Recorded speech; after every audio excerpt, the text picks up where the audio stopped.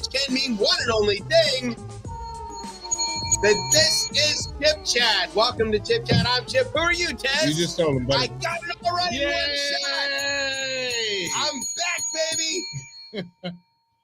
Happy Passover. Happy Passover, yeah. You'll notice so one of the nice things for Jewish kids is the explosion in seltzers over the recent few years has meant that we have a lot more options during this week. Yeah. You know, we had like cider and then like mixing margaritas, and that's a lot of effort. It's a lot of effort. But the good folks here at Cutwater. Yeah, shout out to them. Yeah, it's Anheuser-Busch too. Yeah. They've got this great tequila ranch water stuff, which I actually drink on not Passover. I love this stuff. It's high quality. I enjoy Cutwater. Yeah. But the ranch waters in particular, very delicious. They come in a variety pack. Big problem with the packaging though. The box that they come in, I do see it falls apart, the bottom of it, because it's not glued. It's just sort of fitted. And if it gets a little damp, it falls out. And then there's no easy way to open it. Okay. So if you're listening, Cutwater, I know I've already tweeted this at you several times.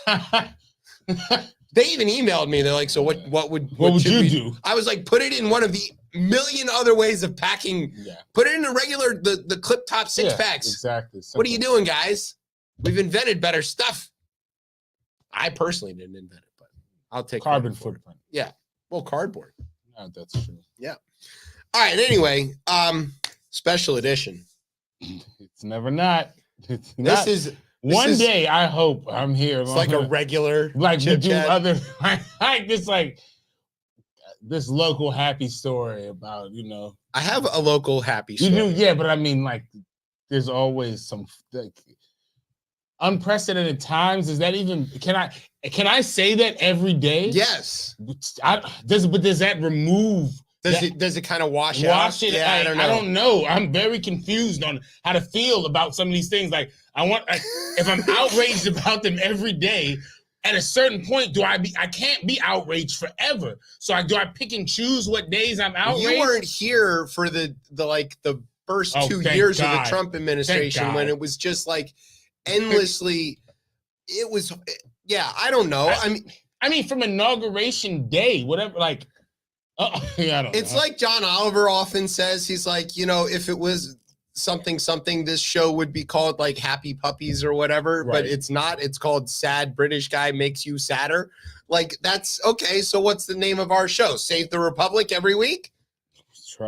We're trying. Inform. Doing our best. So anyway, Arizona. Sorry, I'm watching Roger Goodell come out. This is a terrible look. This is a terrible look.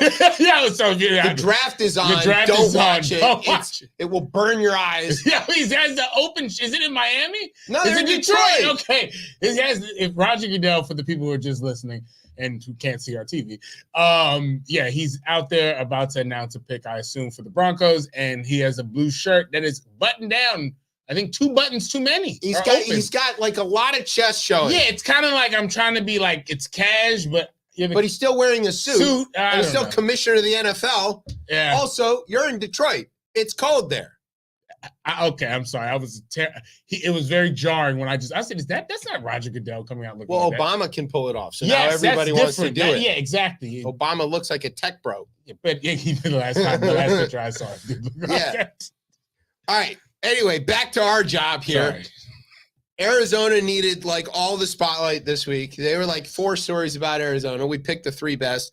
The Trump trials are going nuts.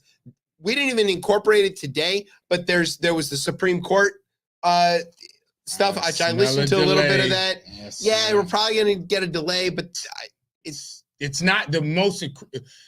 It's not going to be heard before the election. Ginny's husband somehow was there. Like somehow my neighbor.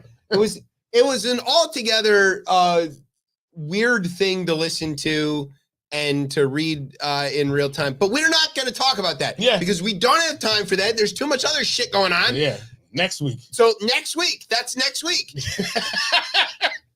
Mike Johnson did the right things and the wrong things somehow all at once. I don't know what Twilight world. Everything I understood obviously was thrown out in 2016. But now it's kind of like, oh, we're just the it's like pick your own story on how this is gonna go. Yeah, choose your own adventure, Republicans. But there was a really good piece in the Post this week that sort of explains some of this. When we get to that section, I'll try to remember some of the things and tell you about it. So anyway, Tory bullshit continues at its most Tory bullshit level. You could, right there. It's right on your shirt. I've been thinking for a long time, this is like a tourism play or propaganda? I don't know. It's both. I guess it's both, right? Yeah. Whew. And they're out here giving ideas for how we deal with our migrant except population. that Sunak's going to get trounced in the next election. Yeah, it's done. Yeah, so this is a flailing attempt. So we'll get to that. Bush weed makes a comeback. Oh man, that was a bad joke. The dark ages. I got that. Funny. That's the dark ages. Hey, some of us had to fight our way through that. Yeah, that's that brick stuff. That cartel brick. Hey, that shit did the job, man. It's terrible. When we're telling those stories in the refugee camps, I'm gonna be like, hey, I came a little bit. You kids don't know what it's like to pick stems out of your brick. Exactly. You don't even know. Oh, it was half seeds. Oh my God! And they grew. Lord, it's just if you threw them in the same spot off your porch, you'd end up with some plants, and you have to scatter them around. Let the lawnmower handle it. Anyway, gonna be a great show. Yeah, it's gonna be wild. It's gonna be wild. Except after the election. Yeah. Well, of course. After the election. This is the wildest shit you could possibly imagine. Okay, so all that being said, do you have a word? Usually I should think more about this. He's thinking. Yeah, I'm thinking a little bit. I didn't have. Usually I try to prepare on the way up and have a word. I read the script today. Too. Oh my God! And I was. Who are you? And what have you done with Tess? I was here 5 minutes before the show started. Coming in hotter in. Nothing. Yeah, just sat down and had some conversation before. Well, you were already here the last time. We just pretended you were. Yeah, exactly. For dramatic effect. For dramatic effect. I have a word. Okay, I've got my word. Yeah. So sit back, grab some socialism. It's Derby time. You're listening to the best show, the only show, Chip Chat on Beltway Radio and beyond. Sweeps.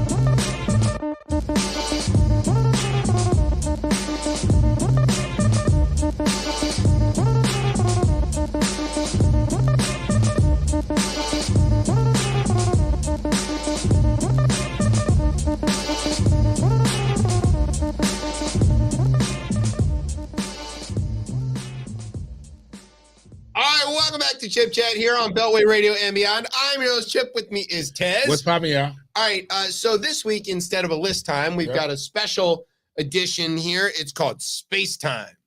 Pew, pew. Yeah. Chip Chat in space. I had to click on this stupid story to double check to make sure MSNBC it was not a joke. I legit had to click on. I saw the. Oh, so when the first thing that happened was I was sent an image of the thing that we're about to talk about as filed. Okay. And I know what congressional filings look like. Right. When something goes to markup and it's got a particular font. It sort of looks like it was done on a typewriter. Yes, they all look like a typewriter. It's got the lines. Typewriter font. It looks a little like a court document. But anyway, I knew, and I was like, it can't be real. And then, then I checked, and it is real. I'm just going to read this to you. This is an actual news story in reference to something that happened in Congress just this week, and none of this is made up. As part of her opposition to House Speaker Mike Johnson's foreign aid package, Representative Marjorie Taylor Greene introduced a slew of amendments to the bills Wednesday. So far, so good. Regular. Including one that directs funding for the, quote, development of a space laser technology on the southwest border, end quote. This is out of Star Wars, the image or something you've made up. AI has made this image. Yeah. What is this? It looks like the space station bouncing something off of a telecom satellite. It's a pink laser, too. Exactly. I don't know if Marge would be into a pink laser. It seems a little too feminine for her. But anyway, so, Marge is sort of famous because she says that my people have space lasers. And now has flipped this. That we use to control the weather or whatever. And every time she says something ludicrous or pro-Nazi or whatever, reporters love to ask her, what's your position on Jewish space lasers? Because it's a very dumb thing that she said. And so it's an easy kind of way to take her down a peg. Right. And somehow she's decided, well, if they're going to do this, I may as well make hay of it. So she filed this amendment. Now, to be fair, it was found not to be in order and was nowhere near the actual bill. It will never get attached to anything. But it's just a performance, which is the way she treats her job in Congress, is not to represent her district at all, but it's to perform these stupid little things. As a decent majority of. Yeah, it's quite a lot of the Republican majority mostly seems to be there for, some bad community theater project or whatever they're working on. So, yuck. It's bad. Green also suggested that Israel already has space laser technology. Of course she did. Quote, I've previously voted to fund space lasers for Israel's defense. That's a flip. That's a crazy flip. America needs to take our national security seriously and deserves the same type of defense for our border that Israel has and proudly uses. Israel does not have space lasers.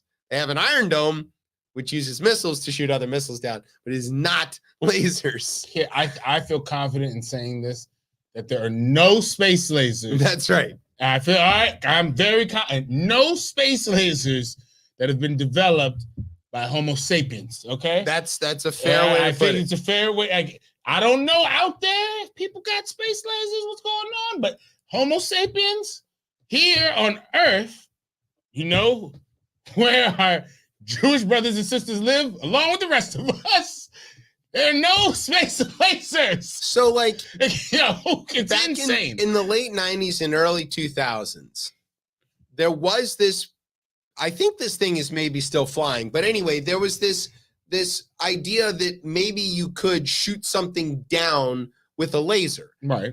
By basically, if you had a powerful enough laser and you pointed it at, say, the nose of the incoming cruise missile, you could heat it up so much that it would explode. Right, okay. So to test this, right, NASA and the Defense Department got a 747, a jumbo jet. That's how big this thing is.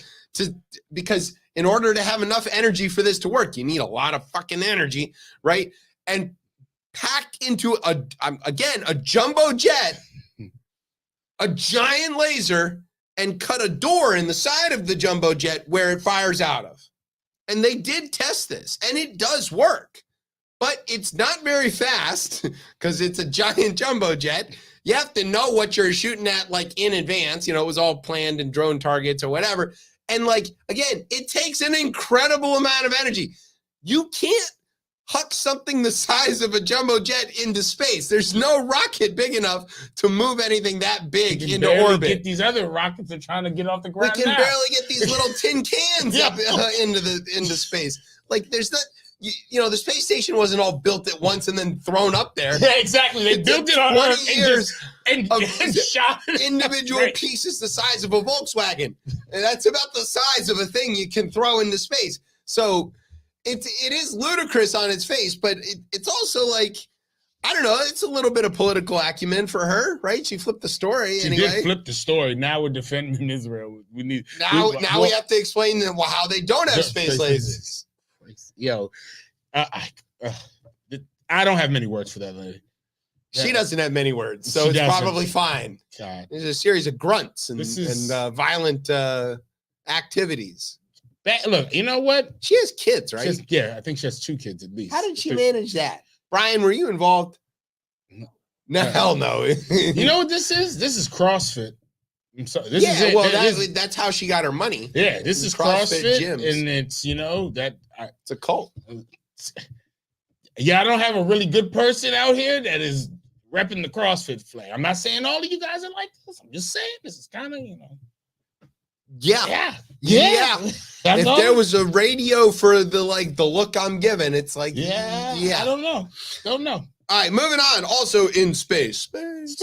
So NASA, you may remember that actually, because I was quite excited about this, that NASA tested this idea out of flying around on other planets. And the way that they tested this was when they sent Perseverance, the rover, the most recent rover to Mars, nicknamed Percy, of course. We all call him Percy. They sent along a little helicopter called Ingenuity. Okay, Ginny for short, not the bad one. The bad one, terrible name. Okay, well, so the plan was for Ingenuity to fly 3 times. That's how much battery they figured that this thing was going to have. And, flying on a planet like Mars or some other place where the atmosphere is very thin is really difficult.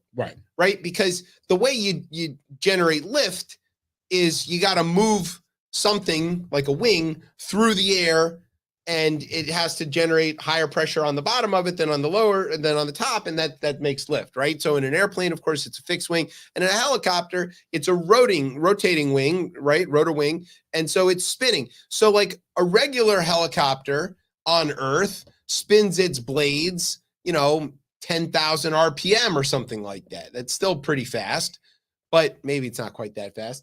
But the Ingenuity had to go 30,000 RPM. Insane. 30,000 revolutions per minute. It's so fast that they had to make new bearings and stuff for it, because you think like anything moving that fast would sort of rip itself to pieces. Okay, so they were going to be like, well, we're going to fly 3 times.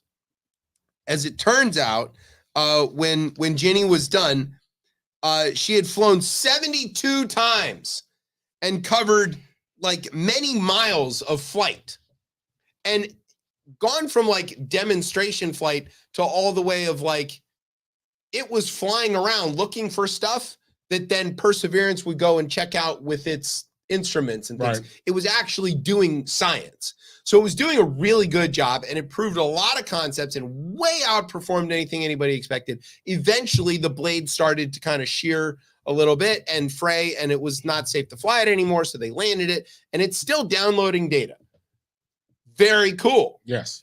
Well, It was not just to try it out, right? Yeah. NASA's got another plan here. This one's called the Dragonfly. It's going to go to Titan, which is one of Saturn's moons. Yes. Yep. Now, we've sent stuff to Titan before. In fact, I think the Titan lander sent back sound from Titan. Yes, it definitely did. Yes. And I remember hearing the sound from another planet. It's very eerie. Yeah, and it really bad compression. It's just a whoa, whoa. It wasn't anything good. Crazy. Yeah, it's not like you're hearing echo. It was just a sound. It wasn't like an Eminem track. Yeah, but it was a sound that you couldn't really. I couldn't place. I couldn't tell what it was. I've ever heard anything like that. It was wind. Yeah, apparently it doesn't matter. The fact that it was sound from off this planet, crazy, is crazy. And really remarkable. So now NASA's like, well, shit, we know how to fly on other planets. Right. And we know how to get to Titan. Right. Let's do it. So they're sending a helicopter, a $3.3 billion helicopter. It's going to launch in July of 2028. So you got a little bit of time. If you want to get a sticker on it or something, write to them. And it's going to go there. It's going to take a long time to get there. It won't get there until 2034. So you got 10 years or so to prepare. Yeah. But that's crazy. And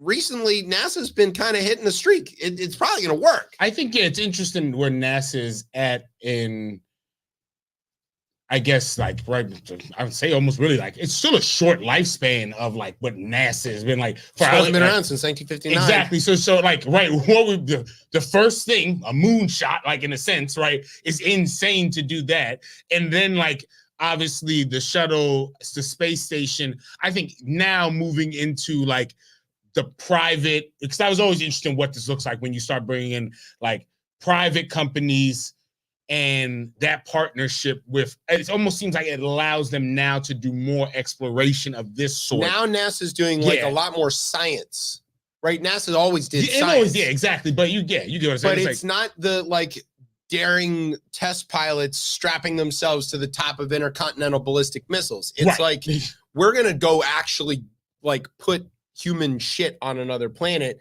and get some of their info and like maybe pick up some of their rocks and fly them home, which is happening on Mars. Yes. Yeah. Okay. Perseverance has collected samples that the next Mars mission will bring back here. We are going to have pieces of Mars on Earth. Which is insane. That's a crazy idea. It's very, I mean, but I think the idea of like moon rocks that at that time, right? Even still to this day. Is if you go down to air and space, you can touch a moon rock. Yeah. And that's an eerie feeling. Yes. It's like, this is not a real rock. You know, it feels like a rock. I mean, you don't know the difference, but you're like, this rock isn't from here. Are you sure? And you're like, no, it's from the moon. Oh, you want some Saturn facts? Yeah. All right. So the original S series models had 3 generations. The first design. When did the Ion come out? They started making plastic cars. Yeah. No, but I know, all jokes aside, if it's going to Titan, right? That's the moon where they think there's water, like, or the ocean is. I forgot exactly what I've read. Yeah, it's the most Earth-like of the moons. It's probably got liquid methane, I think is the thing. It's instead of oceans, it's oceans of methane, not water. Yeah, that's so crazy. You want to beat Saudi Arabia, you get a whole planet full of natural gas. I mean, right? Hey, Qatar. And we're doing okay with natural gas. Yeah, exactly. We get this. And we're out pumping all of them. Yeah. Just in case anybody tells you drill, baby, drill, just to remind you that the United States is currently the single largest producer of oil in the world. We're outpacing Saudi, Russia, and everybody combined. We're also the leading producer of natural gas in the world. And we are a net energy exporter and have been since Obama. Yeah.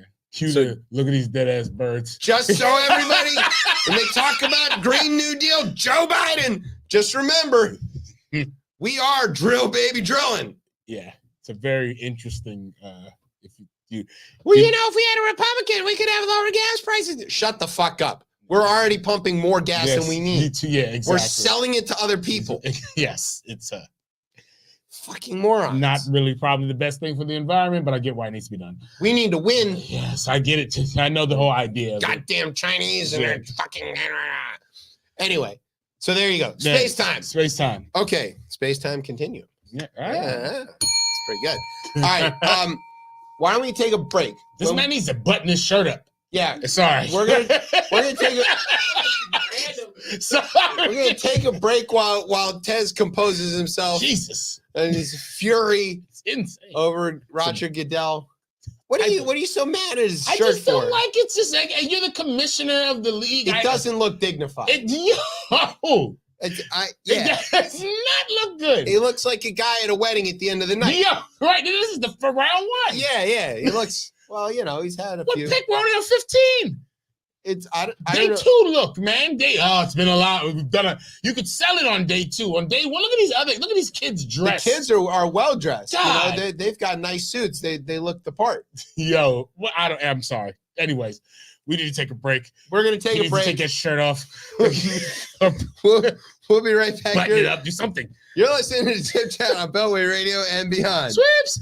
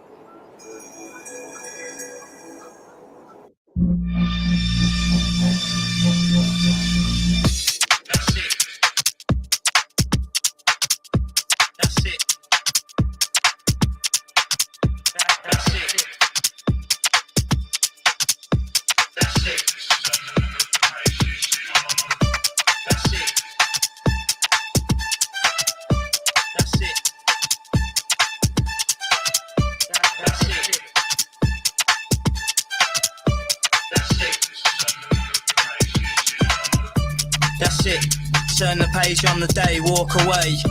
Cause there's sense in what I say. I'm 45th generation Roman, but I don't know them or care when I'm spitting. So return to your sitting position and listen, it's fitting. And I'm miles ahead and they chase me. Show your face on TV, then we'll see. You can't do half, my crew laughs at your rhubarb and custard verses. You rain down curses, but I'm waving your hearses driving by. Streets riding high with the beats in the sky. Balls stare, eyes glazed, garage burned down, the fire raised. For 40 days and in 40 ways. But through the blaze they see it fade. To see it black, the beaming heat on their faces. Then a figure emerges from the wastage. Eyes transfixed with a piercing gaze. One hand clutching his sword, raised to the sky. They wonder how, they wonder why. The sky turns white, it all becomes clear. They felt lifted from their fears. They shed tears in the light after 6 dark years. Young bold soldiers, the fire burns, cracks and smoulders. 5 years older and wiser. The fires are burning on fire, never tire. Slay warriors in the forest and on higher. We sing, hear the strings rising. The war's over, the bells ring.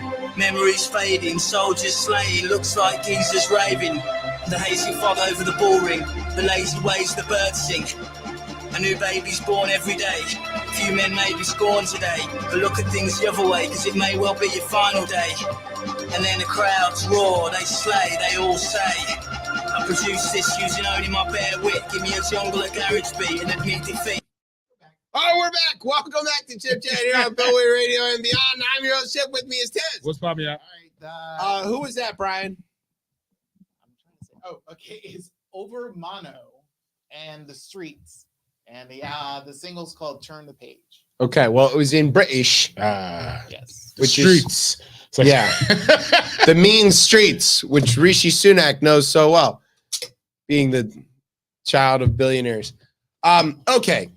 Well, that brings us to our next segment, right? Which is the rundown, but it's a foreign edition. Hey. So I'm gonna see if let's see, what kind of accent should I whip? I don't know. on What this? should you weave in I there? don't have another. This one's here. Can You wanna do- H's. You want to do? Yeah, well, you can do the accent, so you can tell everybody about what's going on. My British accent is terrible, but it's more authentic. I than can mine. try.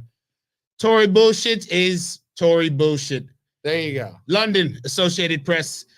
British Prime Minister Rishi Sunak latest effort to send some migrants to Rwanda finally won approval from Parliament early Tuesday, hours after he pledged deportation flights would begin in July. I don't think they have after. No, Anything sorry. after. Yeah, Again, RP. Americanized. You got to do it in RP. Right. Oh, right. Yeah. Parliamentary logjam that has stalled the, oh the wow, legislation no for way 2 months. was finally broken, whatever. Yeah. All right, so here's what happened. Yes. Tory bullshit is Tory bullshit. Yeah. For Americans, that means Republicans. Yeah. Okay, the Tories are the conservative party in Britain, and they really That's your rights. Yeah. They just never miss an opportunity to like bash poor downtrodden people. Yeah, since the 80s they've been around, and also it's weird, right? Because it's still a country that relies heavily on the service of the government. Yeah, okay. When we say they're the conservative party, yeah, it's like they would look like flaming liberals in this country. Yes, yeah. They love the NHS and they want the pensions and the price supports on all kinds of things, and they're very heavy-handed in the economy. And where they dovetail well here is yes, and just sort of general racism. Yes, and sort of colonialist white supremacy. Yeah, which is funny because their leader is a guy named Rishi Sunak, who is the child of Indian descent, right? But his parents were colonials. They were empire or whatever. They made a lot of money, so they get to pretend they're white. Right. Okay, but here's the thing: is that the Tories have been trying for years now to implement this plan where they're gonna stick with me because it sounds insane. Take people who migrate to Britain illegally, whether by boat or on a truck through the tunnel or just overstaying a visa or whatever, and pack them onto airplanes and fly them to Rwanda. Want them to visit, like the Arsenal kit, which Rwanda. is a country in East Africa. Yes. So we're talking about like people who maybe got there from Syria. Right. Or like Poland. Right. Or a lot of places that are not Rwanda. Right. And they want to pack them into airplanes and fly them to Rwanda.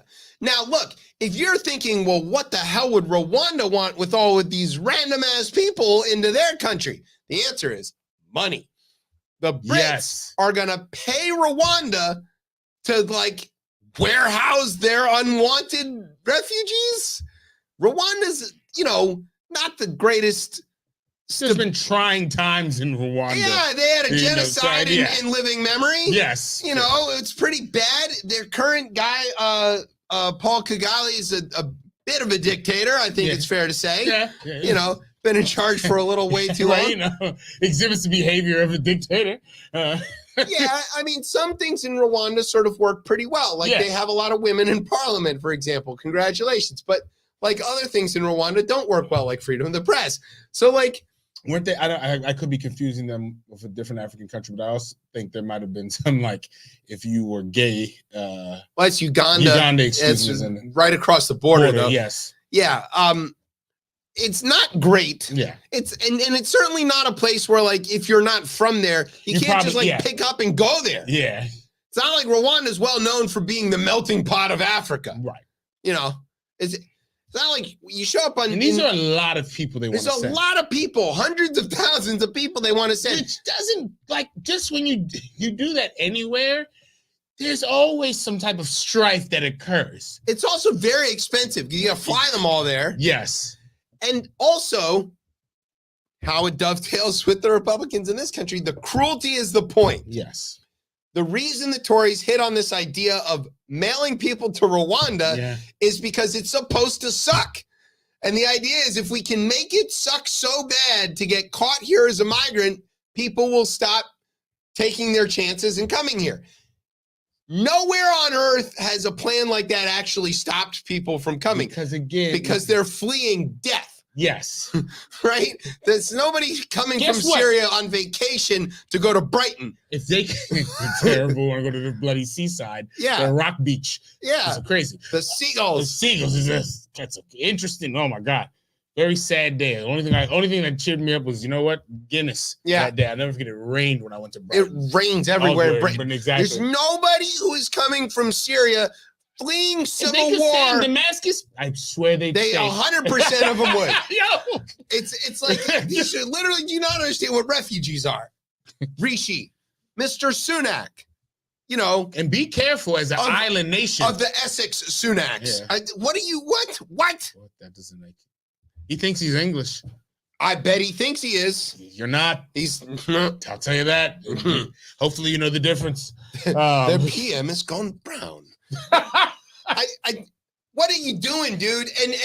And so as we mentioned before, there's gonna be an election soon. It's gonna have to be. Eventually, they're gonna have to call for an election, and Labor's gonna eat their lunch. Yeah, I don't know what type of scandal could bring them down. There's no way. It should be night and day closed. Labor should win this. Like the Tories have maintained power through Boris to what's her name? Liz Truss? No, to the other one first. Oh, hold on. I forgot her name. She's still in. Theresa May. And then this seems a quaint. That seems like a quaint time. Yeah, her terrible job. Then there was the lettuce, and now there's Sunak, and somehow David Cameron is foreign secretary. Yeah, the guy who gave you Brexit.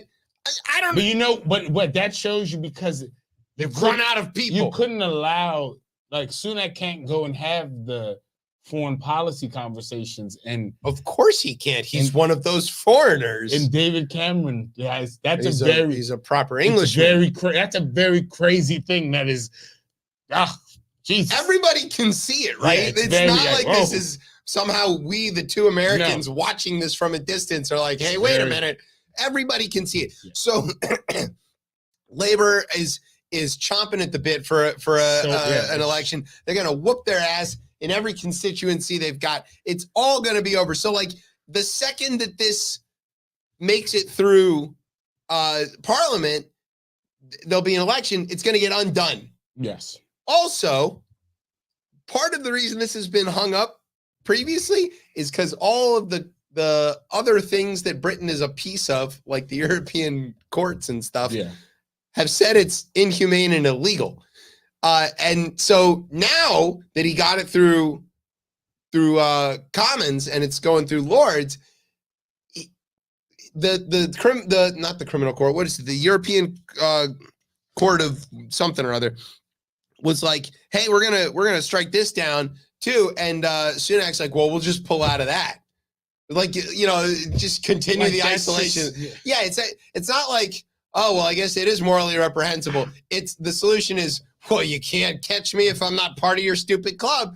And then he's just gonna leave that too. Which is the only reason a lot of these, like Europe kind of, like the reason that they're kind of together, whether it's the EU or other things, is like because England was very pressed to not have they needed to show America like, hey, we're gonna try to help after the war, like be like, and we need you to stick around because hey, it's still kind of scary over here. What just happened was insane. What has happened was insane, and to them to flip this now, specifically exiting the European Union and then things of this nature, it's kind of like they've almost forgot the history of why some of these they're things, very intentionally forgetting their history. And it's like, yo, this might not be the smartest thing to do. The reason, just to be clear, the reason Europe knitted itself together into one like super country is because they kept having wars. Yeah.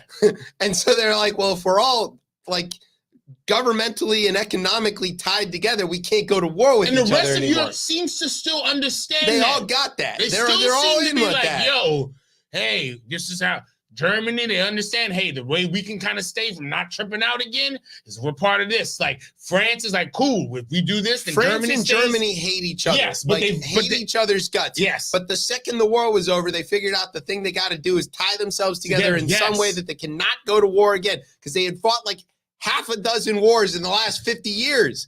Like, they got to stop. Yeah, and the island nation sits over there, and they operate, again, they operate as if they're still the empire, and you're not that any longer. Like, and so you can have this isolationism here. I don't know, like, it doesn't make a lot of sense. And those migrants can be put to work. They need them. Yes. Okay, Europe's got a negative birth rate. The U.S. has almost a negative birth rate. Like, we talk about that. The reason our economy is doing well now. The reason we're beating Europe economically. Because you can't stop them over here. We're bringing them in and we're letting them go to work. We're letting them go to work and we're letting grandma retire. But over there in Britain, they want to make sure that grandma works forever. And, you know, and they're not going to let any of those goddamn Polacks in. Well, I don't even understand what this is. It's very, it's racism. It's racism. Right, if we get there. I mean, again, I always remember. Rishi Sunak is engaged in racism. I just always remember this English woman talking to her one time, and she just, this might have been 2014, maybe going 2015, and she was just like, no one's from England anymore. And I was like, geez, I know what that means. I get that. No one's from England anymore. No one's from England anymore. I was like, oh. Okay, hey, where was Saka born? Right, London, I think. Yeah. Nobody's from England anymore. He missed those PKs, so he's not from England anymore. You know how that goes. You know what that meant. Don't miss those PKs. You know what they meant by that. All right, skipping over to the other side of Europe, Ukraine. Yeah. Okay, so as you may remember, Ukraine's in the middle of a war. They're running out of ammo. Yeah. Right. So they turn around and they're like, "Hey, man, we need some ammo." And, the U.S. was like, we got you. Since when? Since November of last year, we should have been talking about this? Yeah. It's the end of the summer. Yeah. So it's like, we got you. We're going to send you some ammo. And then the Republicans were like, whoa, not so fast. We're on Russia's side now. And everybody's like, what? And and Eisenhower like woke up from the dead and was like, hey, no. And Reagan was like, tear down what wall? You know, it's fucking angry. So anyway, the Putinists in Congress decided they were like, no, we're not going to have any money going to go to Ukraine, which let's all just remind everybody that when we say this is foreign aid going to Ukraine, what the money is going to stay here. Yeah. Okay. Remember our beautiful contractors, our beautiful friends. The defense industrial complex. Yeah. The military industrial complex is undefeated, right? So what's going to happen is the United States is going to appropriate money. They're going to pay it to the manufacturers of various weapon systems, and then which are American, and then they're going to take the weapons that they right. Raytheon up in this bitch. They're going to take the stuff that Raytheon made, Boeing, and we want it to work now. Sorry. All right, so they're going to take the stuff that Lockheed and Northrop and all these guys can't forget them. made, and they're going to give that to Ukraine, and they're going to shoot that at the Russians. Yeah. And then invariably, when they need more of it, guess what else is going to happen? More money is going to get appropriated and pour into American workers' pockets.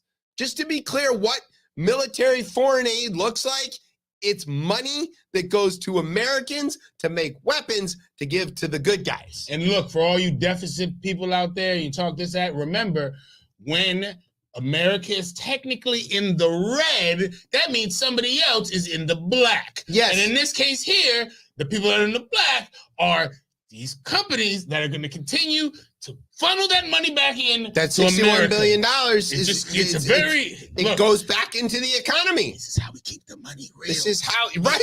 Everybody keep playing along, guys. Like, shit, don't stop playing now. All right? So all of that caveat aside, yeah, you know, the war machine and all that stuff. Sorry. Okay, all that aside, so Justice Congress was like, all right, we got a deal. We got a deal, and then the Senate was like, okay, well, we're pretty sure we got this deal, and all of a sudden the Republicans are like, no, we want border security tied to this thing. Oh, you do? Okay, so.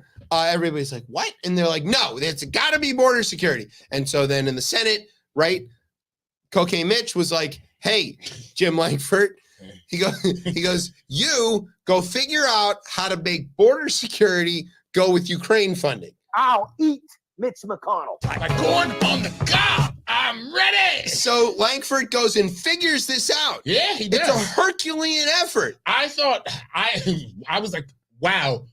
Actual something that again could go to Biden, he could sign. And he produced a piece of legislation that seemed like it really did make a lot of people happy and a lot of people angry, which is how you know it's good legislation. Yeah. And then everybody was ready to vote for it. And then the bad phone. Yeah. Right. Putin's number one P-tape. The rat phone. The rat phone. Well, you know, real presidents have a red phone. His is orange. His is orange. The orange Diet Coke phone rings. Clownfish. And Trump tells all the Senate Republicans, don't vote for this because it's going to help the border. And I don't want to help the border. I want to run against the border. How something like that, again, doesn't seal the election, I don't know. Like, because I don't think the American people, again, fuck the 30%. Grab them by the pussy, didn't seal it. The 30, yeah, but don't know it. But again, hey, no one cares about women in this country. If you didn't know, just letting you know. They don't care about the border either. They want their vegetables picked and their lawns mowed. They do, exactly. But it just, I think the 30% of individuals who are not going to go ahead and vote, they're going to be with Trump, whatever, cool. I do think everybody who's kind of like, well, they can look at that and be like, yo, but like add it to the list of like failure at a policy level on a grand scale. Eventually the country will, some part of the country will want to govern things. Well, yes. Eventually. And its name is Mike Johnson. Weirdly enough. Very weird. So after what did he see? Well, after the border thing, you know, kind of falls apart, right? It gets back to the House. And the idea here is the reason that the Ukraine funding and the Israel funding and some of these things were tied together is because there's a lot of progressive Democrats that didn't want to vote for Israel funding, right? But they did want to vote for Ukraine. So you get them together. And then the same thing is that there's a lot of Republicans who didn't want to vote for Ukraine, but did want to vote for Israel. So if you tie them together, you get the votes, right? So that's the like Taiwan. standard. Yeah. Taiwan and banning TikTok. Those are the other two. So that's like standard ledge behavior. But this is not what happens here.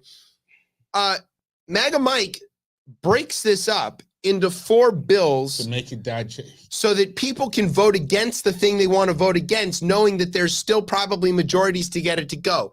And he also does it in a way where he gets the rules votes to happen. And here's where that thing from the post that I was going to tell you about, the votes go through. That's just like, let's be clear about that. Ukraine funding made it through 311-4, pretty good margin, right? Israel funding went through 380 something for Taiwan Taiwan and other East Asia stuff, the Philippines and some other things also made it through 350 some odd votes. And the TikTok thing also made it through 350 some odd votes. Okay. But there's this secret sauce in all of this. Yeah. At some point during this whole months-long negotiation, Biden called the leaders to the White House for a meeting, which is pretty normal stuff. Yeah. And normally what happens is you get, House Speaker and minority leader. So that's Jeffries and MAGA Mike. And then, you got Senate majority and minority. So you got Schumer and Cocaine Mitch. Okay. And they get in the room. And then out pops William Burns, CIA director, and some other like defense guys. And they go, hey, we've got this presentation to show you.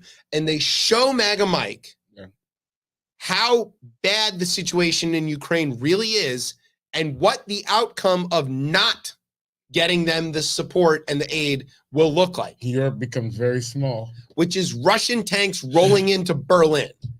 And he goes, again? Yeah. Yeah. He goes, oh shit. I guess this is real. And he resolves over these, McConnell and those guys, they kind of they ambushed him in a way, right? And then Biden kept pulling him aside separately. And he kept talking to him and kept having these extra meetings with him and these things that they're all not really well reported out because they're not supposed to be. Right, yeah. But he keeps showing him the real truth here. And Johnson becomes convinced that this is a very serious national security threat, which it is. Yes. And so even when he goes to Mar-a-Lago to kiss the ring and stuff, he's carrying with him in his mind that I don't care what this guy says. If I don't get this money to Ukraine, we are all in huge trouble. And so he does real legislating. He makes the calls, he twists the arms, he makes he offers the committee appointments or whatever. He does the work of a speaker, and he's doing it with the help of the #1 legislator in the history of the United States, barring the guys whose names are on the building, Rayburn and Russell and all those guys, is Joe fucking Biden. Yeah. People forget that. He's always President Joe Biden. He's never not Senator Joe Biden of Delaware. Yeah. And he knows this stuff better than anybody. He knows the institution better than anybody. He's been and people good on him for his age, but he's been around long enough that he's seen a decent amount, and he knows. And you could kind of Mike still I think the gravitas of the position of Speaker of the House, what that means in the story of the whole from the beginning of all this stuff, the their founding documents. That means something different. And I also know, regardless of his meetings with Biden, once you're Speaker of the House, you're privy to different type of information. You know more information. And all of a sudden, some of this stuff that you thought was kind of like a joke, you might find out this is not a joke. Because I can only imagine some of the things you sit down and be like, and I wonder if that has taken hold, at least in this specific area, right? So and legacy I think he probably knows, number one, he won't continue to be Speaker of the House no matter what happens in a sense, right? Probably not. No, probably not. Your legacy is going to be it's going to be a small box. It's going to be a small box, and God knows what else can happen throughout the rest of this year. But for this one, you'll be etched in for the rest of history of getting this through. And if you didn't, you'd be etched in for the wrong reason. That's why it's about he did the right thing and the wrong thing. Because you could look back and start tying things together, like, God forbid, again, the tanks roll into Berlin. There's nobody talking about Neville Chamberlain like he ever did anything good. He probably did a lot of stuff good right up until he gave Hitler the Sudetenland. Exactly. You know, and that's the thing. So you don't want to be that. So what we're really seeing here is like an achievement of real legislation happening. Say what you want about Cocaine Mitch. He knows how to Senate, right? Schumer knows how to Senate. I wish he would use his powers for good. But he's a bad guy. Yeah. But he's like Voldemort. It's not like anybody thinks Voldemort isn't a good wizard. Like he's good at magic. Yeah, good magic. He just uses it for the wrong shit. Exactly. Right? Like Vader. Yeah, has the Force. Nobody's like, well, that guy doesn't have any real skills. They go, no, Vader's got the greatest of all time, but it's bad. Super Jedi is just bad Jedi. Okay, so like McConnell is Vader. That's fair. Yeah.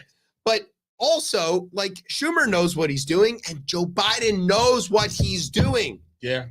And Kamala was a senator too. Don't forget that. King Jeffries knows. And current Speaker Jeffries knows the power he wields.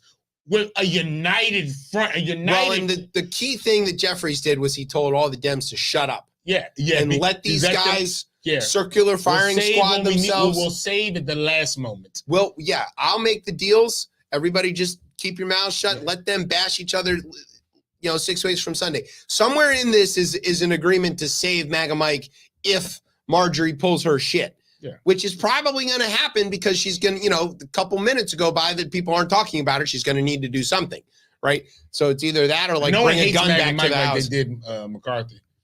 That's true because they don't know who he is. He hasn't did it. And I find this very interesting. He's been able to do this to not ever be in leadership. To kind of again, I don't know. I don't know what is his bona fides. He has none. He has no idea how to do any of this speakering stuff. This is a crazy thing to get pushed through. He might have Boehner on the phone. I don't know. Maybe I don't know. Somewhere you wonder like who's somebody's helping him. Yeah, I'm not even gonna say puppet string. Look, these guys need mentors. Yeah. He needs help, and he can't get it from his porn app. Yeah, I was. So he needs to. He's got to hold. Someone hold him accountable. Accountability partners. So all of that's good. Yes. And then he goes up to Columbia University. Now, look, we're not going to get into the protests. That's all too complicated. Suffice it to say, it's fine if you want to camp out, sit in, Children at universities been doing this for a long time. And there's a lot of shit in there that I look at and be like, you shouldn't that there. You've again crossed the line on it. But the whole concept of this, I don't think we can look like it's been happening for years around different causes, though. It's fun. Look, if you want to block buildings or you want to take over quads or whatever, totally fine. Be ready for people to call you like entitled babies, trust fund, trustafarians or whatever. I've watched a lot of them. You've never really struggled at this. Malcolm Nance is really mad at these kids. I've watched and Tom Nichols has a lot of choice words to these. You're trying to relive what your parents in the 60s. So be ready. Be ready for all of that criticism, but all of that's fair. Yeah, whatever. Yeah. That's all within bounds. What's not in bounds is violence, destruction of property, or threatening anybody. Yeah. So you can't just see a kid in a yarmulke and throw stuff at him. Yeah. No dice. You want to sit in and take over the quad and sit there and sing songs? That's fine. You want to chant stuff? That's fine. I don't even mind if you want to chant anti-Semitic bullshit. You can chant that too. Free speech, don't care. Yeah, exactly. But don't throw anything. Yeah, exactly. And don't intimidate anybody. Exactly. And that's all good. But MAGA Mike takes his ass up to New York, and because it's a Republican friggin' because it's an opportunity photo op, which is very sick. Yeah, showing up in Columbia of all places. Yeah. So he gets shouted at. Everybody's telling him, go home, get off campus. We don't want you here, whatever. That's not the story. The story is this weird interview he gives with NBC, Stephanie Gosk, and she goes, "What would you do if you were, in charge of Columbia University?" And he goes, "I would bring order to this chaos. I would immediately bring order to this chaos." And he says, "As Speaker of the House, I'm committed today that Congress will not be silent and blah, blah, blah. I'll bring order to this chaos." Says a guy whose own caucus, like, yeah, you're going to bring order to it the way you did to the House GOP? What are you doing, Mike? What are you? And these kids aren't stupid. They know what the hell's going on as well, too. They're looking like this guy. You look ridiculous. Yeah. And you're teeing up everybody like us. I'm not even going to bother with it. There's no reason to write the jokes. No. Right? Insert, he has no control over his own caucus joke here. Kimmel, run with it. Right. Have fun.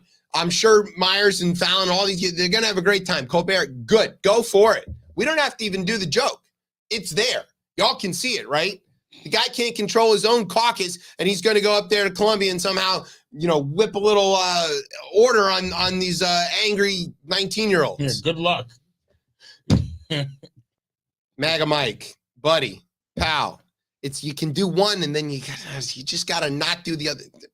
Let Stefanik go up there and let her be the idiot. Yeah, she was, I'm sure. Of course, but yeah. I mean, this is her whole moment here. She's using it's insane. So anyway, all right. So there you go. That's the foreign edition of the rundown. Right. That was a lot of stuff. It's a lot of stuff. We're gonna take a break. There we go. We need one. We need a break. All right. We're gonna take a break. When we come back, it's gonna be even more crazy shit. Because we do. That's what we do on this show. If it was called Happy Fun Time, it'd be called Happy Fun Time, but it's not. It's called You Have to Be Sad Like We Are on Beltway Radio and Beyond. It's raining plastics. Yeah. Oh shit. You're listening to ChipChat on Beltway Radio and Beyond. Swift. The Democrats are a party of pedophiles. They support grooming children. Even Joe Biden, the president himself, supports children being sexualized and having transgender surgeries. Sexualizing children is what pedophiles do to children. MTG, Megas MVP. MTG, Megas MVP. MTG, Megas MVP. MTG, Megas MVP. Democrats get back. Boom. Reporters even get slapped. They spreading all these rumors because Marjorie be spitting big facts. Deep state in the left always hating. When they gonna let Joe about that basement? Marjorie, I really love what you do. Keep calling Ronald's out. No one does it better than you, huh? A real businesswoman. AOC's a featherweight. A Southern belle, a little hood. Watch her shake and bake. Divorce, that's all y'all got to bring up. Yeah, watch her drain the swamp because she know they corrupt. She's fighting for our children. She's fighting for our freedom. She's fighting for the Jan 6. She's fighting good versus evil. MTG, Megas MVP. MTG, Megas MVP. MTG, Megas MVP. MTG, Megas MVP. She's a boss. She don't rock with trans people because they soft. Them liberal tears can't save you, wipe them off. You know we reppin' 45, he never lost. Watch a real Georgia Peach go and set it off. But I think what upsets me the most, Benny, is the fact that everyone in Washington has known about the Biden crimes for a very long time, and they've done nothing about it. But yet regular Americans, they go to jail if they don't pay their taxes. They go to jail if they walk in the Capitol escorted by Capitol Police like Jacob Chansley did. And we're not getting what humans always thought was key.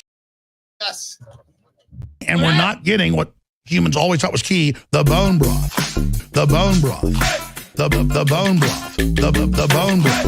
The bone broth. The bone broth. Well, now it's the next level of that. It's caveman. Hey, I need a glass of caveman. Caveman. Man, it's better than Ovaltine. Better than Ovaltine. It's just unbelievable. It's unbelievable. Caveman is just over the top. What in the world? But now with the milk, I was like, whoa, this has milk in it.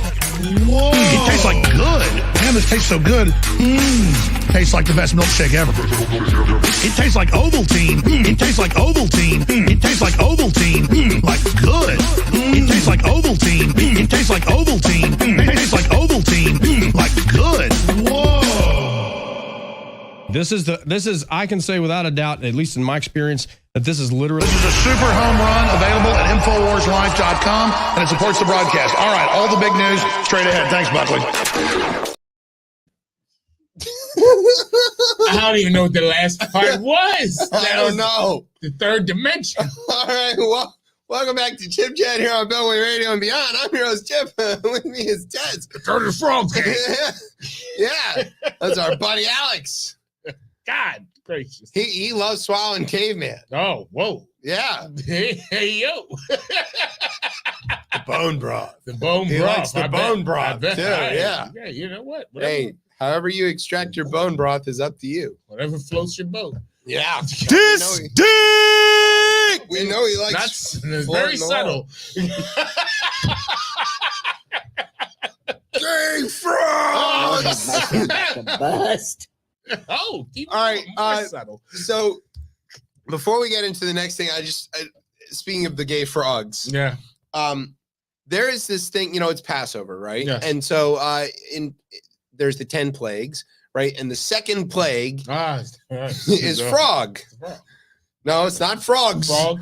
It's just frog. Okay. It's the word Sfardea in Hebrew, which means frog. Not many frogs. That's Sfardaim. Okay. It's just frog. One frog. The plague was one frog. One frog, we never know what to do. Depending Could on be the a type of frog. giant frog. Super poisonous. Could be super poisonous. Yeah. Could have had a knife. Laser. You never know. Yeah. So I encourage you to spend the next several weeks debating with your friends about what sort of plague frog singular was that nearly worked. First the river turned to blood, then this one frog showed up. Look. Might have been a gay frog. Yeah. Oh no, don't let those Gay frogs! All right. Okay. Interesting little tangent. Okay. Back to our recurring segment, the Trump trials. All right. So, as you may know, the trial finally started, right? Up there in New York. It did. So, Donald Trump is on There's trial the face. for... so many faces he's given now. The photos that come out of there every day are very... and the sketches. Sketches even, oh, God. All right, so Donald Trump is busy falling asleep in court. He can, and he's very... Was it Maggie Haberman who keeps reporting this? Yeah, Haberman. And she's very upset about this. Maggot Hagerman, I think is what he called him. Yo, oh, God gracious. You're calling people maggots, yo. This is who you people are going to vote for.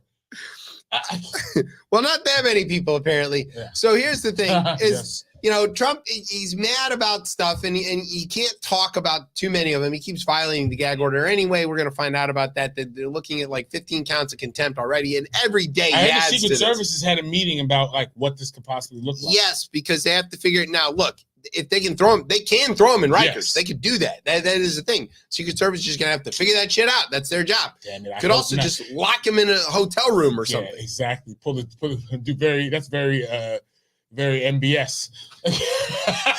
It's very MBS of him. And his That friends. did happen. That did happen. It was all of his brothers All and his brothers, cousins yeah. and stuff. Yeah. You don't let him go to Rikers, because I don't know, man. It's just this whole, my folks and the affinity for Well, no, Trump they is can keep him in a separate place. It's and going to they add would. to the story. Be like, no, but Trump went to Rikers, though. We got, like Rikers and checks. It's the story I keep hearing. And I'm like, oh my God, I thought this was just fake polling. No, I heard family members over the weekend having some of these conversations. I was very, Okay, just because you went from having Ben Carson and Kanye to now 7 black voters, that is a 500% increase, Yeah. but it is not the same thing as Anyway. Say, let's black women. Yeah. Again, Please. Sorry. Doug Jones. Yeah. Okay, so one of the things is that he wants like massive turnout at the courthouse. Yeah, and he's been calling for it. He's like, hey, I come, it'll be wild. Which I think should be treated as intimidation. I think so. But if I ask for based on other things he's asked for people to show up to, just saying. But the reality is nobody's showing up. Nobody's showing up. There's like a handful of people. There's far more media than there are Trump supporters out there. And so every time he looks out there, he goes outside and there's nobody there, he gets really mad about it. Then when he gets mad, what he starts doing, he starts going on fake Twitter and he starts lying. He starts lying. So he claimed that the reason there was nobody there was because that the police had set up all these barricades and stopping crowds. Thousands of people were turned away. Hold on, let me see if I can do it in the voice. Thousands of people were turned away from the courthouse in Lower Manhattan, a city ravaged by crime. Nobody likes it. And he didn't say that. In Lower Manhattan by steel stanchions. He had help. Not a chance he knows the word stanchion. Stanchion. Spelled correctly, too. Spelled correctly, not station. Yep. Yeah. In Lower Manhattan, by steel stanchions and police, literally blocks from the tiny side door, like my hands, tiny side door where I have to enter and leave. It is an armed camp to keep people away. None of that's true. None of it's true. As a matter of fact, George Conway recently might have said he's going to vote for Joe Biden. Yeah, he said he is. I'm pretty sure I saw that, and I was like, wow, where have we've gotten to? Okay. Yeah, well, all Kellyanne's not his, boss anymore. George Conway, the conservative attorney and vocal Trump critic, wrote on social media on Wednesday, quote, I took an Uber right to the front entrance of the courthouse yesterday morning. It was all very peaceful and orderly. The court officers and police officers are nice. And if you walk your dog down the street the two of you would outnumber the Trump supporters there. What did he take to the, what did he say he took to the courthouse? He rode an Uber there. An Uber, you know what type of Uber he was in, right? Black car? But a specific one. You know which one? Uber X? A Lincoln. Ah. Some sort of project. Some sort of project. Bell for that. That was awful. So, Trump doesn't have anybody there, and he claims it's because they're being kept away. That's not true. No one's keeping keeping people away? These trials that people have been put on, and they've realized, hey, this isn't some type of game. No, this is real. Fucking around and following this guy, you end up in jail. Yes. And I think a decent amount of people is like, I might like him, don't like him that much. Don't like him enough to go to jail for him.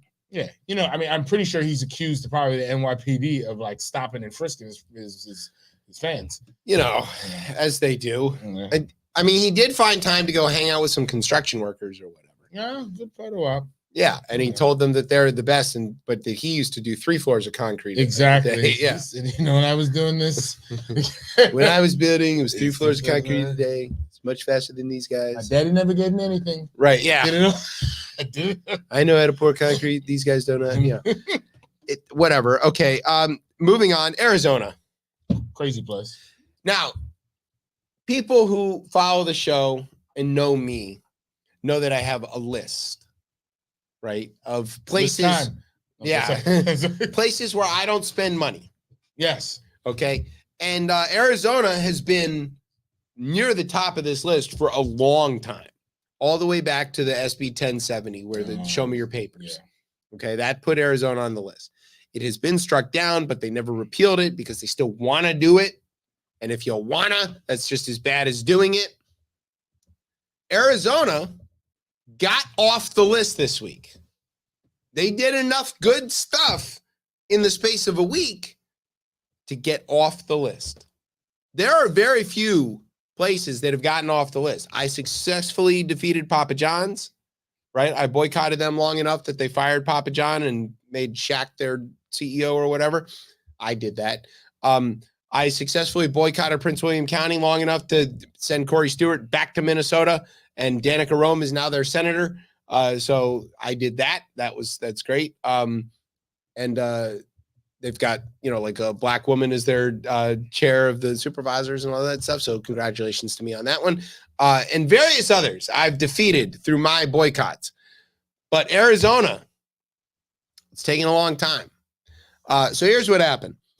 Number one, an Arizona grand jury on Wednesday indicted 7 attorneys and aides affiliated with Donald Trump's presidential campaign, as well as 11 Arizona Republicans on felony charges related to their alleged efforts to subvert Joe Biden's victory in the state, according to an announcement made by the state attorney general. So it's the fake elector scheme, the same thing that happened in Georgia, the same thing that happened in Michigan, the same thing that happened in various other states. But here's the list of the actual, former Trumpistas who were indicted. See if you can notice who's missing. Okay. Mark Meadows, check. Rudy, check. Jenna Ellis, check. Eastman, check. Christina Bobb, that's a new one. She hasn't been on many of these other ones, but you may remember her as one of the other bad lawyers. Top campaign advisor Boris Epstein, and former campaign aide Mike Roman. Who's not on that list? Who was definitely on all of the other lists? Not Bannon. No. Although he does factor. Yeah, this is election. He's a lawyer. He's a lawyer. No, you said Rudy's on there. Yeah. I'll give you a hint. He's in the Cloud City Bird Gang universe. He's in the. Oh, hold up. We have a little figure of him. Why am I blanking on this right now? And I don't. Kenneth. Oh, wait, Kenneth. Why am I'm blanking? This is terrible. Cheese Bro. Oh, Cheese Bro. Oh the my Cheese God. Bro. Oh. The Cheese Bro is not on the list. So he's snitching. Yes, that's exactly right. The reason he's not on the list is because he's the one giving it up. Cheese Bro said I'm playing chess now. Yeah. So he already pled out in Georgia. Yeah. And now he's state's evidence, and he's willing to show everybody everything. He's about to make his tour. Where else is he gonna do? Where else we got up? Was it Michigan? No. Well, he's already. So it's the fourth state after Michigan, Georgia, and Nevada. All already saw charges against these fake electors. There's something like 11 states where this happened. Yeah, I was gonna say it's more. Right? So a lot of stuff happened in regards to this, but these guys are all being charged with like serious crimes here, forgery and all kinds of other stuff, and. The question is, why did it take so long? The indictments cap a year-long investigation by Arizona Attorney General Chris Mays. Now, she's the Attorney General, right? Hobbs is the governor. They've got all the Democrats elected statewide. Carrie Lake, is not in government. She's trying to run for the Senate seat against Gallego. Sinema's out, thank God. It's a whole thing. Meadows, though, sort of looks particularly in trouble. I mean, in many places. In many places, because he was the one sort of running point in the White House on all of this. And he's the one who's taking the information in from the lawyers and getting it to the Trump people and trying to get it to White House counsel and all that stuff, who smartly were not listening to him. And then, and he's the connection to Ginny Thomas and all that kind of stuff. So, let's see. In releasing the indictment, May's office redacted the names of all the individuals outside of Arizona who were charged, but the Washington Post was able to identify all of them through the accounts of their alleged actions described in the indictment. Yeah. George Terwilliger, great name. A lawyer representing Mark Meadows said he has not yet seen the indictment. Quote, if Mr. Meadows is named in the indictment, is blatantly political and politicized accusation will be contested and defeated. You're down to the Terwilligers, then there's not a lot of lawyers out there. Yeah, you're. I don't know. Yeah. I don't really see. That's not really the Terwilligers, and usually not the names.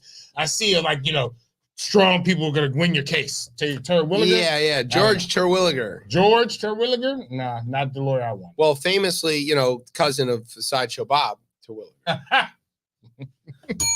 Was famously defeated in the case of Rake v. Face. That's a really good Simpsons. That's a really good Simpsons. All right. Anyway, Epstein declined to comment. Bob Hoffman Bauer, a spokesman for Rudy and Roman Eastman, none of them commented. Why? Smart. Yeah, because the answer is I did it. I mean, they're all dead to right. Yeah. They all wrote the briefs. Yeah. That's the thing. It's like they filed the paperwork. Their names are all over everything. They did it. It's interesting they thought this was going to work.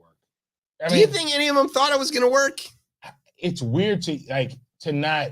Maybe they were just caught up in the lie. I don't know, because I assume these individuals understand how the law works. Yeah.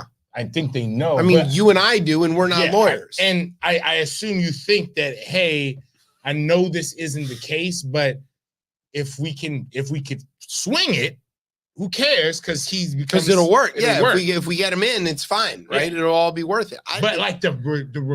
If it doesn't work, and the system stays intact, the system is going to system. Yeah, it's going to strike back. It always does this. Especially when you're trying to dismantle it. People within the system are going to go ahead and be like, well, now we're going to bring all there are laws. Yeah. We wrote laws against doing this in case you idiots tried anything. We didn't think we'd ever have to use them. I mean, they're kind of dusty. We haven't had to brush them off in a while. But shit, go ahead and get the books out, guys, and throw them at Rudy. I don't know. I really am confused again, they had to be caught up in the lie itself, and to the point where they. That's one of the it. things that like It has to be. Jenna Ellis kind of like said in some of the comments that she's made. She's like, look, I was, I didn't really know what I was doing, and I was following along with like I trusted these other people who had more legal experience than me, and they told me this was legit. So I just, believed them. Now, John Eastman, I think these people saw, I think some of them, him specifically, saw the He ability, knew it wasn't going to work, but he was hoping he could try to pull it off. If it could be, then you're kind of in like, almost like the apparatus of power. Yes. It's like, only God knows what you're able to do at that point. Yeah, because then you made this shit up and it worked. You may as well make up some more shit. Keep making stuff up and like. And you got, Ginny's husband on the bench to help you. Exactly. Like it's all there. All right, Arizona part 2.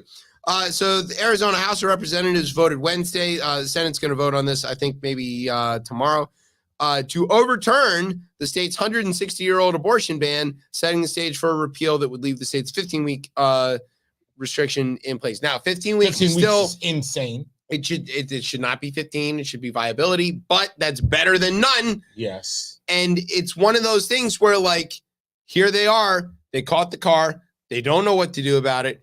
We keep having this conversation that the abortion issue does not play well for them in the polls, and so poorly that 3 Republicans voted with all 29 Democrats to advance the legislation. But there were like 20 some odd that voted against it. You want to know, like, they all looked around and they go, well, this is going to definitely cost us every possible election. Also, this law was written in 1864. Also, it says you got to kill all the women. Yeah, I'm going to vote for that. But, quote from Rachel Jones, life is one of the tenets of our Republican platform. Yes. To see people go back on that value is egregious to me, end quote. Life, not of the mother, though. No. Also, just Republicans, just so you understand, that if you have a pregnant woman whose health is at risk and she dies, the baby is going to die too. So you don't get to lose like the person who's able to produce more babies. Yeah, the party of life. It doesn't really make sense. Just I don't. This is why again the dumb argument in the court to lose. There's no way every time we say stories after stories every week on here, and as I know 2016 fooled us all, but again, this country is misogynistic at a very high level. Old man Biden is very palatable to a lot of people in this country, and when you're doing shit like this, you drive people out to the polls for this. They see his name there, check it off, and have to. Because again, there are Supreme Court justices on the line. I understand. Like, I know if you hate politics, right? I get it. But the way, if you hate politics, the solution isn't to say, I am not playing the game. I swear to God, that's not the solution. You can't do that. You can't do that. And again, in states that matter, because I hate to say that as well, too, like, you need to go out and vote high numbers. And maybe you don't, God, I hope you vote for the president, but I do hope you look at the rest of that ballot and try to vote for things that can affect you even more specifically locally in the areas that you are. Because there are a lot of shit that goes on these ballots that 14%, 15%, like some of these smaller issues end up dictating. So speaking of which, a good example is Idaho. Yeah. Okay. So there was a Supreme Court hearing this week about abortion. Mm-hmm. Okay. There is a federal law called EMTALA, which basically says that any hospital that gets federal funding, that's Medicare, Medicaid, and various other things, has a duty to stabilize anybody who comes in the door. You can't turn them away for lack of insurance or payment or anything like that. And you don't have to maybe like get them all healed, but you got to get them stable. Yeah, they shouldn't die. They can't die on the hospital steps. Or turned away. Right, no matter what Rand Paul says. So EMTALA is run up against Idaho, where they banned abortion all the way.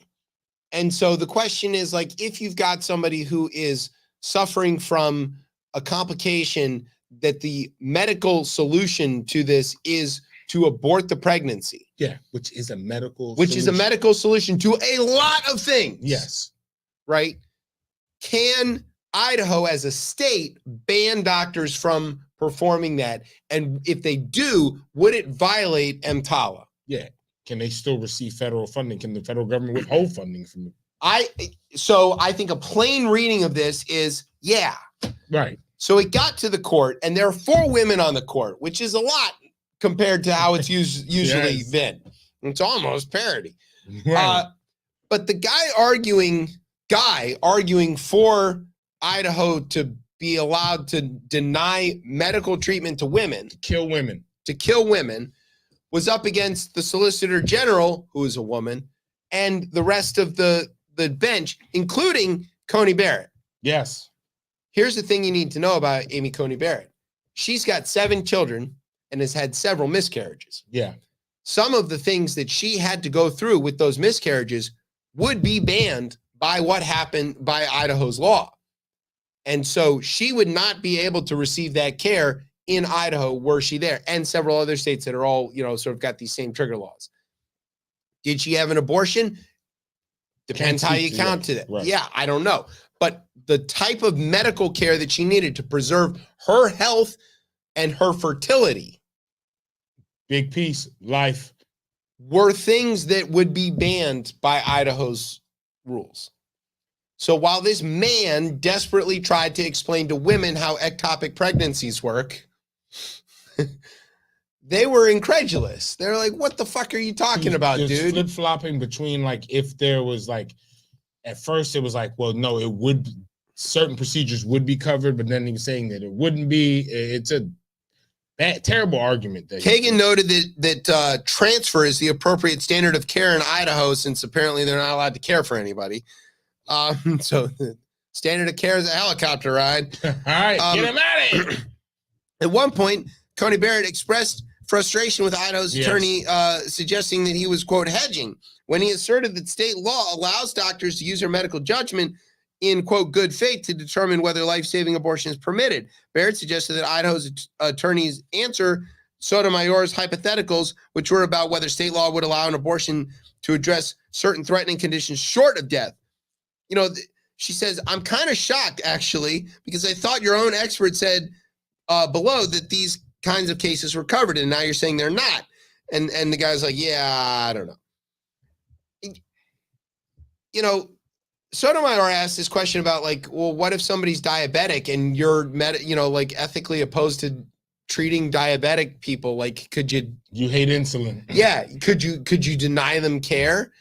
And he was like, well, no. And she's like, so what's the difference? And he's like, well, I don't know how medicine works because I'm a dummy.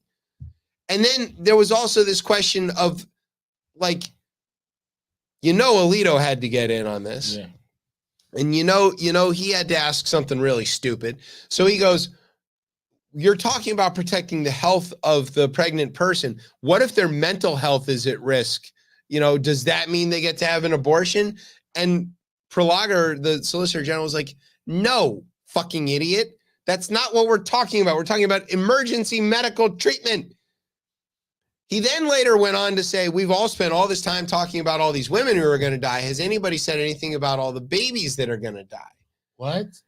No, and no babies. It's like, there's no babies dying. No. Also, if the vessel, which is what they think women are, dies or is medically, damaged in some way, so is the fetus. Like, you gotta, you can't be like, well, I don't want to fix the hole in this boat while we're out in the middle of the ocean because there's somebody I don't like on the boat. We're like, well, you're on the boat too, right? And you're like, well, yeah. And we're like, well, look, I think you need to fix the boat so you can get to shore and get rid of the guy you don't like. Doesn't make any sense. What are we talking about here? And it was just really shocking to listen to and kind of gross, to be honest.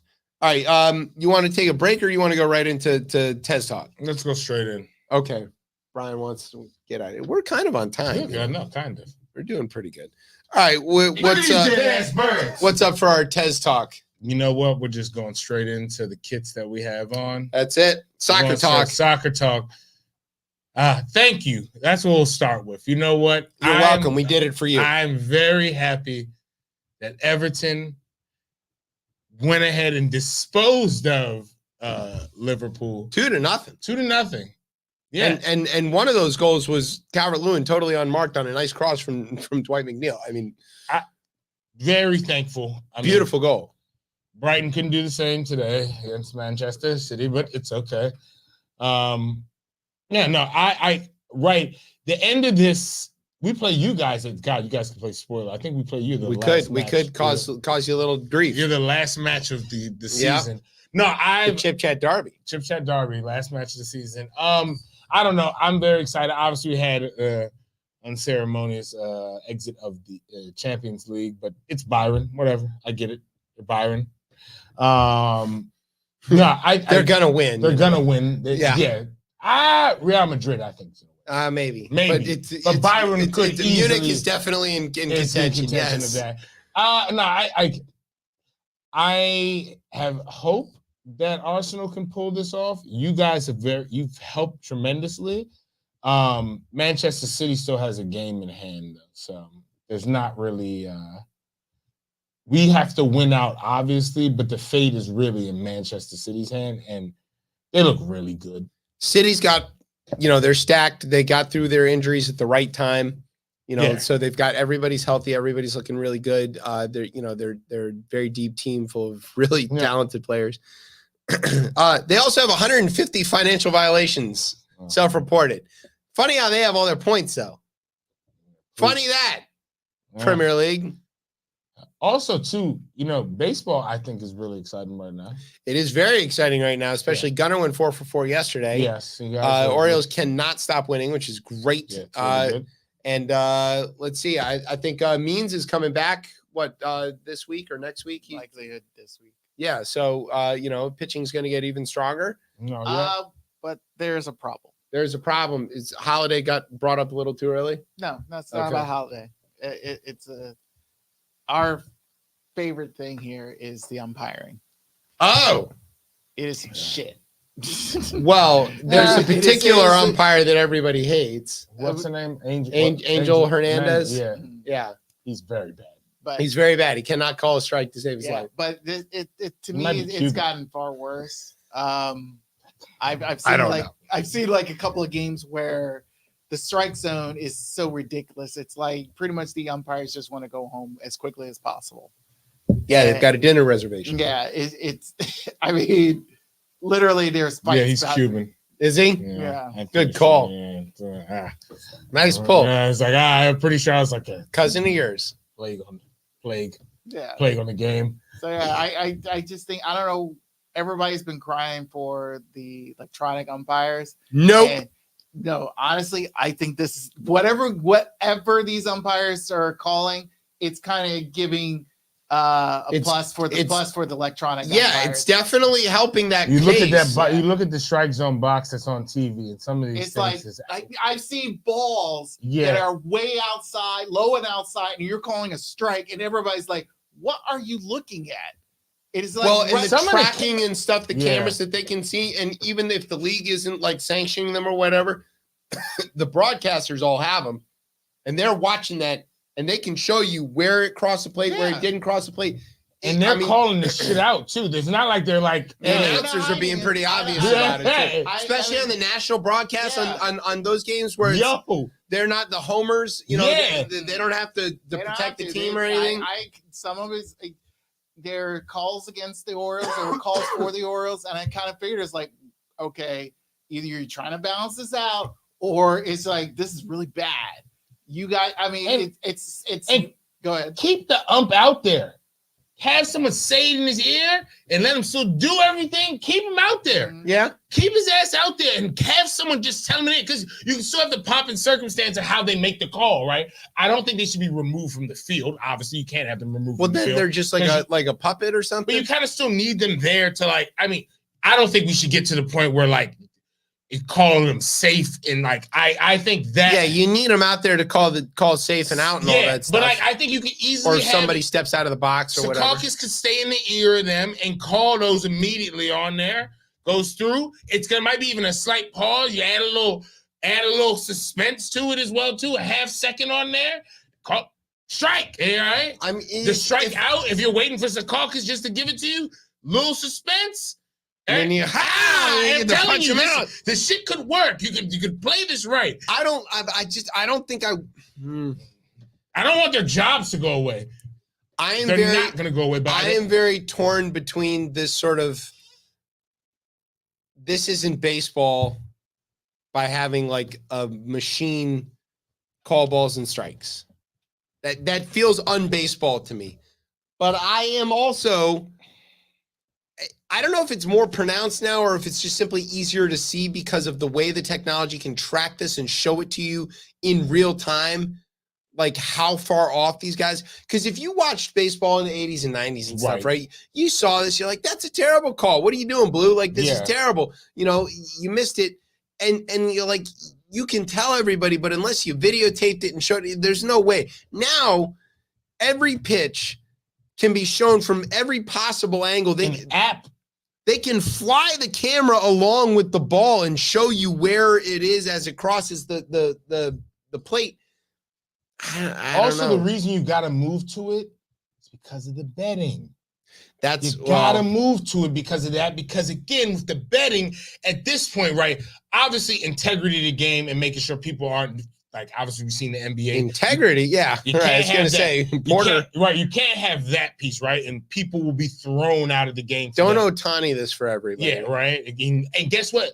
Y'all ain't Ohtani, so no one's covering for you. There's reckless speculation on that. Obviously, actually, no. Some of the reporting on that I've seen on that even's got me like, oh wait, this. As much as I don't want to believe it, I'm like, oh, the reporting seems like, yo, his interpreter was on some other shit. Was taking him for a ride. Yo, all right. So like, all right, maybe Ohtani's off the hook on that one. But regardless, if you have betting so pronounced, if DraftKings are sponsors now, right, you need to get this shit right. Like, it has to be right. Because again, the customer is now involved in the game in a different way. Their money's involved, right, in a way that is it the same thing as like the goal line stuff? I believe so. Yes, I've seen a video where that ball, in the proper football. Yes. Where I saw a goal being disallowed because the ball went clearly over the line, but somehow video replay shows the ball going over, but the umpire and everybody else says nope.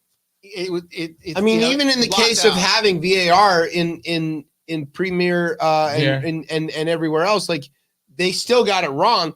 I'll be honest, our game against Forest, they went to the VAR on a couple of those questionable calls. They should have awarded a penalty, at least on the third one, and they didn't. And Forest went and slammed the league for it. They said they had a Luton fan running the VAR and that guy can't be trusted and blah, blah, blah. There's still room for human corruption. So if the argument of keeping umpires in is that there should still be a human element, there's still a human element somewhere. But I don't know, man. The balls and strikes thing, it just doesn't feel right to me. But the computer's going to call it correctly every time. I understand that, but it doesn't feel baseball. There should be some gray area. The wild card.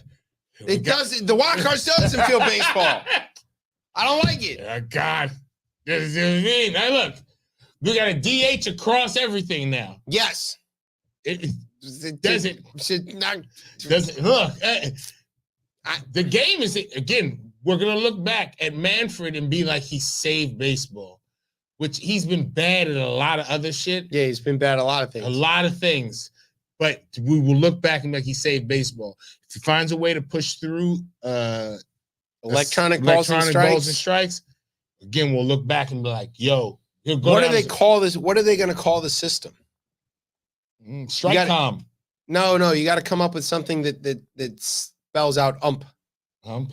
Yeah, so it's like a unified magical whatever something. It's got to spell ump. The ump system. The ump system called him out. The ump called him out. The ump called him out. Interesting. It's got to come up with that. Somebody smarter than us can write that. Yeah, write that like of what that is on there. But it has to go there. The betting is too big. You can't have this shit called by some old men behind the fucking plate. And depending on how the fucking catcher fucking frames up the fucking. But that's a whole part of the game. look, it is part of that, but the cameras have started snitching. Well, fuck those cameras. I mean, in baseball. Snitches. Speaking of things that Brian hates. The story. Okay, so there was several stories this week. So here's the deal. There's a company called Throne Labs. They have made these very nice, let's not call them portable, but like easily movable, installable public toilets. And they're sort of they have a app control that you have to have like a username and a password, and you can scan your phone to get into them or whatever. But the idea is that they're supposed to be accessible in places where there aren't public toilets. People already don't like public facilities in a lot of places. They think they're not well maintained and not clean, they're not safe, whatever. And I get all of that, right? Yeah. Especially if you got kids and you're out and about. Knowing where there's a bathroom is critical. Yes. Yeah. Got to know that, right? So they're putting these all around the city. This all seems like a good idea to me. Like it seems safe. It seems like they've mostly solved all of the, hey, what about questions? It all seems good. So what I'm curious to find out is why old man Brian is going to tell me that these things are awful and the kids should pay for their subways or whatever the fuck. Okay, one. Knew it was going to work. But work what? I mean, I have no problem with this. Oh, you like them? They look fine to me. This is no fun. All right, skip this bit. All right. Hey, Brian's on that. I was like, hey, what's this wrong doesn't with work. No, I was sure because it was nice and publicly beneficial, you would hate it, but no, it works. Okay. We need more bathrooms because people, can't keep going to a restaurant. They have to pay for something so they can pee. It makes it ridiculous. All right, so Brian Reagan has come back around. The app piece kind of throws me a little bit. I feel like there should just be open public bathrooms, but the idea is to keep people from fucking them up. Exactly. I just feel like somehow they got to be maintained some form of fashion. Right. So, people gotta fuck them up. I mean, that's if you do it enough, you can apparently get banned. Oh. So if your username keeps showing up on reports right before there's a biohazard alert, then they're gonna ban you. I also gotta go pee on a tree. There's another Supreme Court case that we didn't even have time to talk about, but right, we know where homelessness is in this country, and a lot of people who are even homeless are working homeless, so they could easily have a phone, right. So they have access. I think through it there, kind of okay, that makes sense. Because I do think a majority of people who are just trying to use the bathroom, no matter what their circumstance is, isn't trying to fuck it up. No, of course not. But the question, the question is and even if they're not trying to, they might. Yeah, sometimes. Yeah. That's how it goes. Sometimes it's a bathroom. Yeah, right. So stuff happens, as they say. As they say. Speaking of stuff happening. Oh yes. Former USC great. Yeah, great. Yeah, insane. I'll never former New Orleans great and a bunch of other things. Yeah. So Reggie Bush was it was unbelievable in college, right? Yeah. Guy was splitting defenses like they weren't even there, and goes on to an illustrious career in the NFL, and now he's on TV as an analyst. He's pretty good at it. Yeah. To be honest, I like his college stuff that he covers. Reggie knows what's up, right? But he did get busted, and they took his Heisman away in 2010. What did they take it away for? For NIL.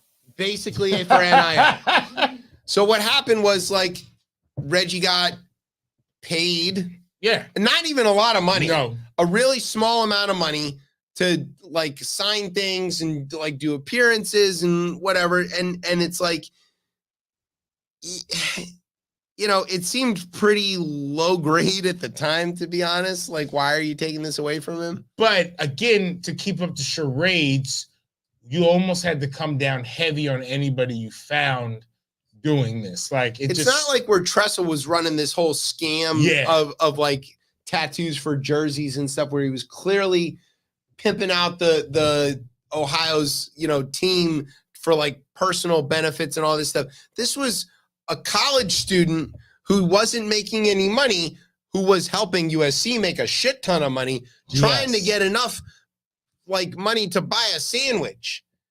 And they came down on him hard. And then the league, several years later, we've got NIL and we've got betting in college sports. What are we doing? So there's so much money in this. Even the NCAA was like, all right, if we're going to be doing this, we can't be doing, taking Reggie's trophy away. So they gave it back. Good. Who knew they had it like sitting in storage too? They gave him back his, and they gave the replica back to USC, and he gets to have his Didn't thing they back. vacate the wins that year too? They vacated a bunch of his wins. I'm pretty sure that's going to all get back. Which is always so dumb. Like the wins didn't happen. I Yeah. struck the wins down. Y'all take your banner. They won. Well, it's how Michigan is the 2013 men's basketball national champions. Oh God, no. Because we played in a final against Kentucky. No. And we lost. Yes. But then Kentucky had all their wins vacated. So we did. Who won that game? No. We did not win that game. Yes, you lost the game. There were more points scored by Kentucky than there were. No, they weren't. The win was taken away. That's not possible. That is possible. That is exactly what happened. Possible. So we didn't score the most points that day, but you won the game. But the team that did score the most circle. The team that scored the most points didn't win that game either. That's not true. They did. They did by not. nature of scoring more points in competition, they won. No matter what body says that they did. Not according to the governing body of that sport. Wins have been. Listen, if they vacated all the city's wins, I would not do that. You would take it. We did not win. Oh, it's asterisk. It's just asterisk. No fun. All right. Our last story is this one is called Florida for Sure. Okay. I'm just going to read it. The Florida alligator found an inconvenient place for a nap beneath an Air Force plane. Yeah, because that's how nature works. On April 22nd, the reptile snuck onto the tarmac at MacDill Air Force Base in Tampa. Who knew there was an Air Force Base in Tampa? Oh. I don't feel like they should have access to the Air Force. DeSantis might go. Yeah. It was caught on camera snoozing by the wheels of an airplane. In one image, the animal relaxes next to the wheels of an aircraft. In another, it appears cozily nestled between two sets of plane tires, prompting a slew of hilarious social media comments. I don't know if Brian's got the images of said alligator. No. He doesn't care. Several joked that the lazing creature was the perfect candidate to guard the aircraft, writing things like, quote, ramp security Florida style. So that's pretty good. I thought birds were the problem. It didn't. I said chuck the wheels, not crock the wheels. It's pretty good. So it's just like the maximum Florida story, right? Yeah. Like alligator messed up the Air Force somehow. They did capture it. Good. I mean, hopefully after finish Sunday. Yeah, they went out and did I don't know if you know this about Florida, but there's every county has like alligator wranglers. Yeah. It's like a job in Florida. Economy. Yeah, and so they went out there and did the thing where they put the towel on his head and like clamped his mouth shut, and then they got a rope and to put it around his tail and dragged him out of there. And then the plane was on its way. But I think this gator has a future. I think he can run for office. Yeah, he could, right. It's qualified for the ground crew. Yeah, obviously. Yeah, it knows how to check the landing gear. Yeah, he knows that. Yeah, look. Goes down. Yeah. Scales up. Scales up. Get your bell for that. That's bad. That's so bad. That's all I have today. That's all I ever have. Governor DeSantis better watch out. Yeah. This alligator's running against him. He's going to win. Gators is headed to Tallahassee. Careful how you say that. It's all right. Yeah. He was causing fighting words across conferences now. All right, so you hear the music, which means we've come to the end of the show. So we need to say thank you to our radio partners, iHeartRadio, Spotify, Google. Those all real, by the way. I didn't make any of those. Yay! Real radio. Thanks to NOTN for existing, maybe. We're not sure. Thanks to our home on the interwebs, CopleyMedia.com. And thanks, as always, to our family here at Beltway Radio for making it sound as smooth as Liverpool's week. All right, Thank you, Everton. Yeah. Where can everybody get you on the socials? You can find me on Instagram at Catching Cordy. You can find me on X at DC Cortez. And you can find me being a flaming liberal on Blue Sky at DC Cortez. All right. You can find me and the show on the Twitter at ChipChatRR. You can find us on Facebook or Instagram at RipChipChat. And you can, of course, find us every Thursday night here on Beltway Radio and beyond. I'm Chip. That's Brian. You've been listening to Chip Chat on Beltway Radio and beyond. We go home early. Sweeps. We're your host. I hope you enjoy what we promote.